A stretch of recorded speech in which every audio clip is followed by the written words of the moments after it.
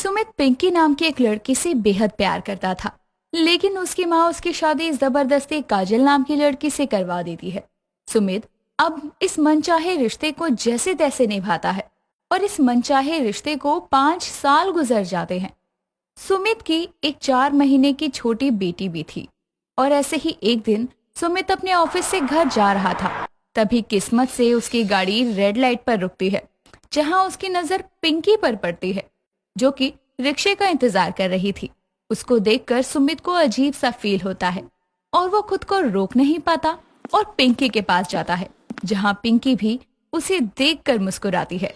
सुमित को देख पिंकी की आंखों में आंसू आ जाते हैं।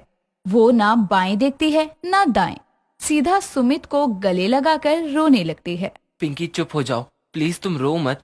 तुम्हें पता है मैं आज भी तुमसे उतना ही प्यार करती हूँ जितना पहले करती थी, लेकिन तुम तो किसी और से।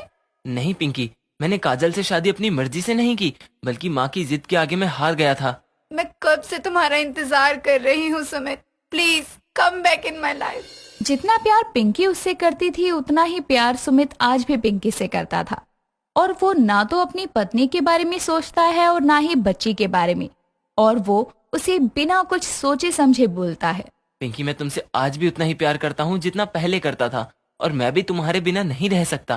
प्रॉमिस करो तुम मुझे अपनाओगे और मुझसे शादी करोगे। तुम अपनी बीवी को छोड़कर मेरे साथ रहोगे। प्रॉमिस करो ना सुमित। प्रॉमिस, मैं तुम्हारे पास बहुत ही जल्दी आऊंगा।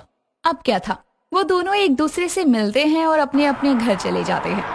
घर आने के बाद सुमित बस पिंकी के बारे में सोच रहा था कि तभी वहाँ पर काजल आकर सुमित से कहती है, सुमित जी क्या हुआ, आप क्या सोच रहे हैं? कुछ नहीं काजल। मुझे ऐसा क्यों लग रहा है कि आप किसी बात से परेशान हैं, लेकिन आप मुझे कुछ बताना नहीं चाहते। बोला ना काजल, कुछ नहीं हुआ, मुझे बस एक कप चाय ला कर दे दो। सुमित का बदला बदला बर्ताव काजल को बिल्कुल अच्छा नहीं लगता और वो चुपचाप वहाँ से सुमित के लिए चाय बनाने जाती है। किचन में वो चाय बना रही थी, तभी वहाँ पर विमला यानी काजल की सास आती है और अपनी बहू से कहती है, बहू आज क्या बनेगा खाने में? आप बताइए मम्मी जी, मैं खाने में क्या बनाऊं? बहू तो मुझसे पूछती है, अरे तू तो जानती ही है कि मैं किसका नाम लेती हूँ। हाँ माँ जी, मैं जानती हूँ। आप थोड़ी देर बाहर बैठिए, मैं सुमित जी की चाय देकर आती हूँ, उसके बाद कड़ी चावल बना दूंगी। काजल अब सुमित को चाय दे देती है, जिसके बाद वो कड़ी चावल बनाने लगती है। कुछ देर में कड़ी चावल बन जाते हैं और सभी कड़ी चावल खाने लगते हैं। कड़ी चावल खाकर विमला अपनी बहू से कहती है, बहू सच में तेरे हाथों में जादू है, तू इतने टेस्टी कड़ी चावल कैसे बना लेती है? बस माँ जी, ये ना मेरी माँ की रेसिपी है और आप तो जानती हैं कि माँ के हाथों में जादू होता है। ये तो बिल्कुल सही कहा तूने। सास बहू आपस में बातें कर रहे थे कि तभी विमला की नजर सुमित पर जाती है, जहां वो देखती है कि सुमित बिल्कुल शांत है। ये सब देखकर विमला अपने बेटी से कहती है, बेटा सुमित क्या हुआ, तुझे बहू के हाथ के कड़ी चावल अच्छे नहीं लगे क्या? नहीं नहीं, ऐसा नहीं है, भला काजल के हाथ के चावल किसको नहीं पसंद होंगे। इतना बोलकर सुमित खाना खाने लगता है और खाकर सोने चला जाता है। ये देखकर काजल अपनी सास से कहती है, माँ जी, मुझे ऐसा क्यों लग रहा है कि सुमित जी परेशान हैं? पता नहीं बेटा, ये तो किसी को कुछ बताता भी नहीं है, लेकिन तो इसका ध्यान रखना। जी माँ जी। अब क्या था, काजल अपने कमरे में चली जाती है और अपने पति और बेटी के साथ सो जाती है। अगली सुबह सुमित काजल के लिए एक चिट्ठी छोड़कर चला जाता है। माँ जी, सुबह से सुमित जी को ढूंढ रही हूँ, पर वो पूरे घर में कहीं नहीं है, और तो और उनका सामान भी घर में नहीं है। ये तो क्या बोल रही है, बहू सुमित यही कहीं होगा, हो सकता है वो अपने किसी दोस्त से मिलने गया हो। नहीं माँ जी, सुमित जी कहीं भी नहीं है, मैंने उनके सभी दोस्तों को फोन करके पूछा है। काजल अपनी सास से बातें कर रही थी कि तभी वो देखती है कि झूले में उसकी बेटी के पास एक चिट्ठी पड़ी है। अब काजल अपनी बेटी के झूले के पास जाकर उस चिट्ठी को पढ़ती है। काजल, मैं तुमसे शादी नहीं करना चाहता था, पर माँ के दबाव में आकर मैंने तुमसे शादी की थी और मैंने पूरे दिल से इस रिश्ते को निभाने की कोशिश करी, पर मैं इसमें नाकाम रहा। और कल जब मुझे मेरा खोया हुआ प्यार मिला तो मैं खुद को रोक नहीं पाया, और इसीलिए मैंने खुद को इस रिश्ते से आज़ाद कर लिया और अपने प्यार के पास वापस आ गया।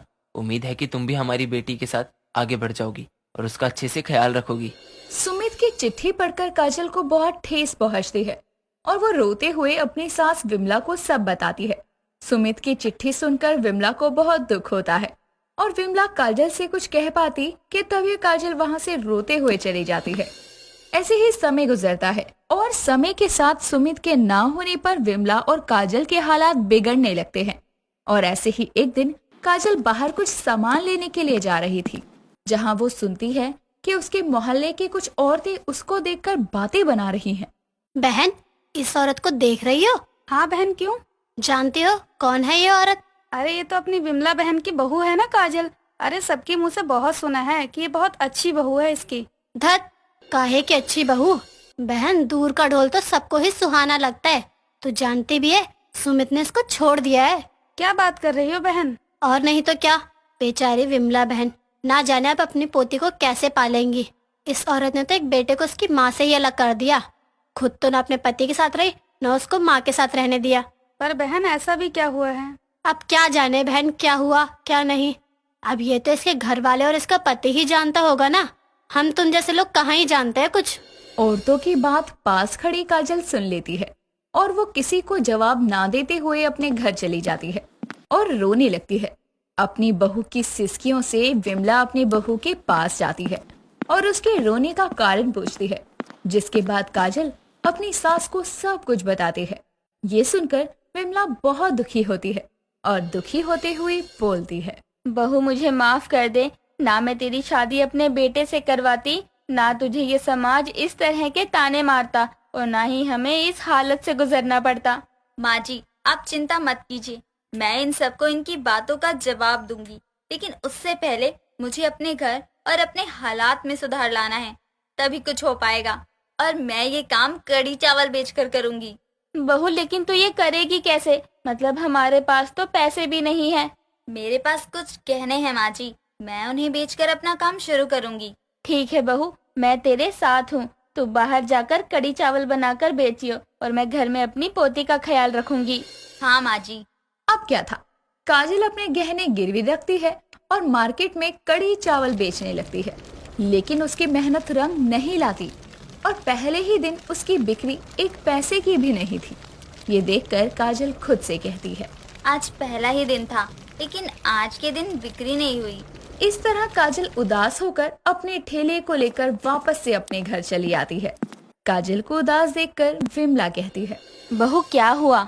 माँ जी, होगा क्या, आज पहला ही दिन था, लेकिन आज के दिन मेरी कड़ी चावल की एक प्लेट की भी बिक्री नहीं हुई। पता नहीं मुझ जैसी गरीब से कोई कड़ी चावल लेगा भी या नहीं। बहू कैसी बातें कर रही है? हम गरीब भले ही हैं, लेकिन हमारा सामान बहुत प्योर है और तू यूं ही इस तरह से उदास मत हो, हम गरीब के कड़ी चावल जरूर बिकेंगे। विमला काजल को दिलासा देकर उसको एक और नई उम्मीद की राह दिखाती है। अगले दिन एक बार फिर काजल अपने कढ़ी चावल के ठेले को मार्केट लेकर जाती है, लेकिन आज उसके कढ़ी चावल काफी मात्रा में बिक जाते हैं।